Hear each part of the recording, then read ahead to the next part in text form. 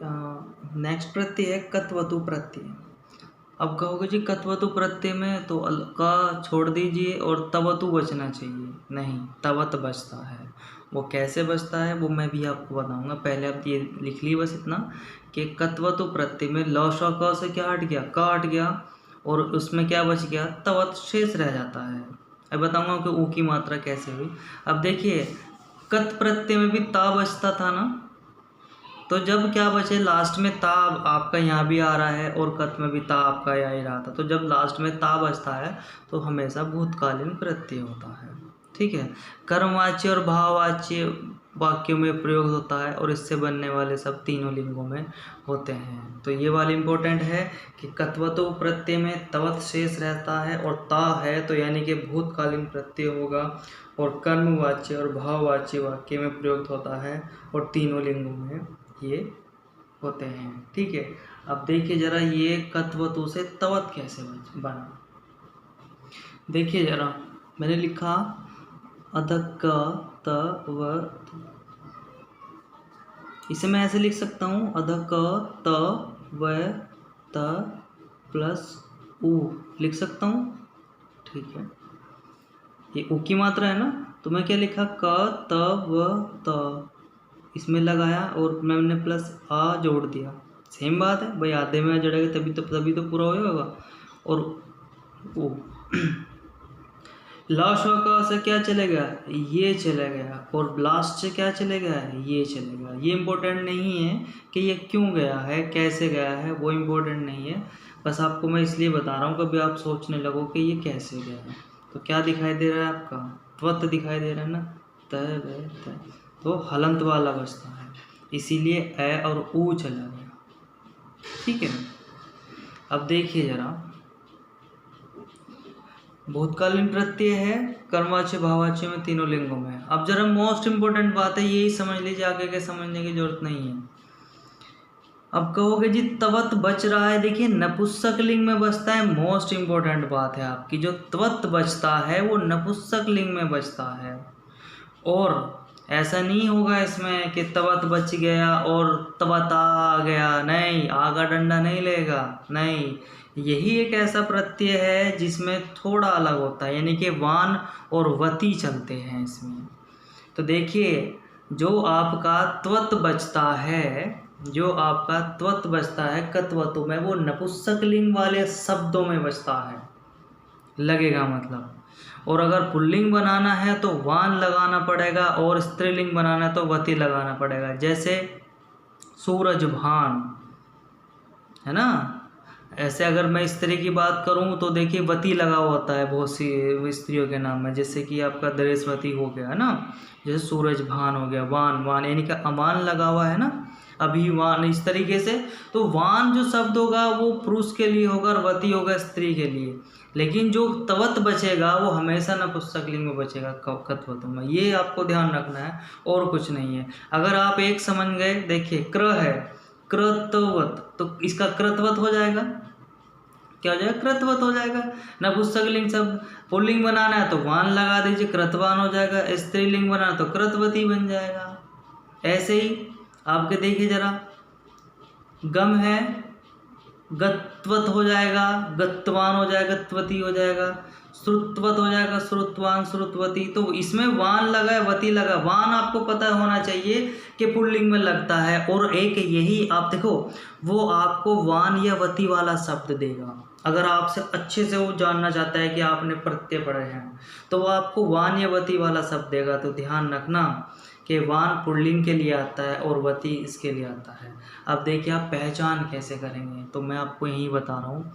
अगर मैंने शब्द आपको कृतवान दे दिया तो क्र तो धातु हो गई, क्या लिख रहा है, तय वे, अच्छा तय वे, तो अरे भाई तवत, तवत किस में बचता है, कत्वतु में बचता है भाई, ये पता चल गया इससे।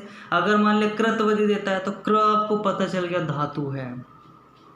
देखिए त व त लिख रहा है ना, त व त, इस पे आइए त व त, अरे श्रुतो धातु हो गई त व, अच्छा तवत, अच्छा तवत होगा। तो ऐसे कॉम्बिनेशन बैठाइए, ऐसा मैचिंग करिए, आपको याद करने की ज़रूरत नहीं पड़ेगी। अरे इसी में लिखा क्या, आप ऐसे पढ़िए तवान, अच्छा तवत, अरे सॉरी तवत, ये तो आप ऑप्शन में चेक करिए तवान किस में बसता है।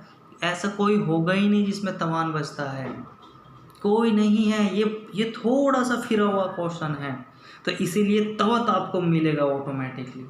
ल्यूट में बचेगा नहीं, बचेगा ना, ल्यूट में अन बचता है, तो क्र हटाइए, न हटा दिए, तवा, अरे तवा बचा हुआ, तवा आया कहाँ से, तो तवा नहीं आया, ये त्वत है, तो यानी कि ये कत्वतु का है। कभी सोचो कि जितना लगा है ये तो ल्यूट का हुआ, नहीं, उससे पहले सब तो देख लीजिए, उससे पहले शब्द आपने क्या हटा दिया, क्रिया हटा दिया, ना हटा दिया, तवा कहाँ से आया, ऐसा तो आने का नहीं, तो ये पूरा ही शब्द आया हुआ है कहीं से। अब तवन, तवत, तवत, इस तरीके, यहाँ पे तो ऑटोमेटिकली आपको दिखा रहा तवत, तवत दिखाई दे रहा है। तो ऐसे ही सारे के सारे आप कर लेंगे। ज्ञातवान देखिए द श है, इसके बाद क्या जुड़ेगा, तवत जुड़ेगा ना, तो देखिए आदिष्ट, इसकी जगह आदर्श आएगा, सशट कौन और ता का टै बन गया तवत, वही सेम है, कुछ अलग नहीं है। ये देखिए आदप तवत, आपतवत वान, आपतवती, इस तरीके से हो जाएगा, कुछ नहीं करना है। तो कत्वतु प्रत्यय में ध्यान रखना, जो तवत बचता है वो नपुंसक लिंग में बचता है, और तवत पुल्लिंग का बनाएंगे वान और स्त्री बन जाएगा वती, इस तरीके से। देखिए उप ये रहा, वी अद सशट कौन आएगा, टवत हो जाएगा, आरूढ़वत हो जाएगा। तो इस तरीके से आपको डवत आपको होगा जी, डवत कैसे हो गया, डवत आप ऑप्शन में चेक करना, जिससे मैचिंग करेगा आप उसे लगाना है, रटना नहीं है। और डवत तवत सेम शब्द हैं, आपको पता चल जाएगा आप जब एग्जाम्पल करोगे, इसमें कोई घबराने वाली बात नहीं है। अब देखिए जरा, ता इसमें बच रहा है लास्ट में ता, ये एक पहचान करने की बता रहा हूँ नोट में, कि कत्वतु तथा कत प्रत्यय की संज्ञा निष्ठा होती है, अर्थात ये प्रत्यय निष्ठा संज्ञक होते हैं। क्वेश्चन आता है कि कौन से प्रत्यय की संज्ञा निष्ठा है, या कौन से प्रत्यय निष्ठा संज्ञक होते हैं, तो मोस्ट इम्पोर्टेंट है जिसके लास्ट में ता बच रहा है ना, देखिए ता, कत में ता बचता है, कत्वतु में तवत बचता है, यानी कि लास्ट में ता बचता है, तो क्या हो जाएगा, संज्ञा निष्ठा होती है। ये संज्ञा निष्ठा क्या होती है ये बाद में मैं आपको बताऊंगा। अब करते हैं जरा बात नमूल प्रत्यय की। नेक्स्ट वाला प्रत्यय है नमूल प्रत्यय है। नमूल प्रत्यय एक ऐसा प्रत्यय है जो बार बार लगाकर अर्थ में प्रयोग होता है। मतलब पहली बात तो ये देखिए, ये अम कैसे शेष बचा, अम देखिए अदर ना लिखा होगा, देखिए मैं आपको बता रहा हूँ, नमूल लिखा, ये मैं ऐसे लिख सकता हूँ, अदरणा प्लस आ प्लस मूल लिख सकता हूँ, अदरणा प्लस आ प्लस अधमा प्लस आ और प्लस ऊ और प्लस अ, ऐसे लिख सकता हूँ। ये आ के बाद वाला चले गया और आ से पहला वाला चलेगा, क्या बचा, ओ ये अदरणा चलेगा, क्या बचा, हाँ, तो ये वाला बचा, ये चला गया, शुरू का चला गया, अम बचा। तो इस प्रकार क्या होता है, ये बचता है नमूल में, क्या बचता है, अम बचता है। मोस्ट इम्पोर्टेंट बात, अन बचता है किस में, ल्यूट में बचता है, ये बात ध्यान रखना, अम और अन में। ये भी कैसा है, कत और कत्वतु प्रत्यय की तरह ये भी भूतकालीन प्रत्यय है। अब देखिए, जब किसी क्रिया का बार बार लगाकर अर्थ में प्रयोग होता हो, इससे बनने वाले शब्द अव्यय होते हैं। अव्यय किस प्रत्यय से बनने वाले शब्द होते हैं मैं आपको पहले ही बता चुका हूँ, उनमें से हैं शुरू के 3 प्रत्यय हैं, है ना, और कत्वा, ल्यप और तुमुन प्रत्यय ऐसे हैं जिनसे बनने वाले शब्द अव्यय होते हैं। और साथ साथ कौन सा है, ये अणमूल भी ऐसा ही है, ठीक है। अब देखिए जरा, ये ज़्यादा इम्पोर्टेंट नहीं है, ये तो कोई भी पहचान सकता है, इसलिए इस पर ज़्यादा गौर देने की ज़रूरत नहीं है। अब देखिए बार बार का कैसा का मतलब है इसका, देखिए जरा, पहली बात तो ये ताड़ प्लस नमूल, दा प्लस नमूल, पट प्लस नमूल, दृस लब, इस तरीके से। दा माने देना, तो यानी कि अगर नमूल प्रत्यय लगा रहे हैं तो दे देकर, देखिए मैंने हिंदी भी इसलिए लिख रखी है दे देकर। ऐसे ताण का मतलब होता है मारना, तो ताण प्लस नमूल यानी कि मार मार कर। पठ माने पढ़ना यानी कि पढ़ पढ़ कर। दृश्य माने यानी कि देखना यानी कि देख देख कर, या बार बार देख कर।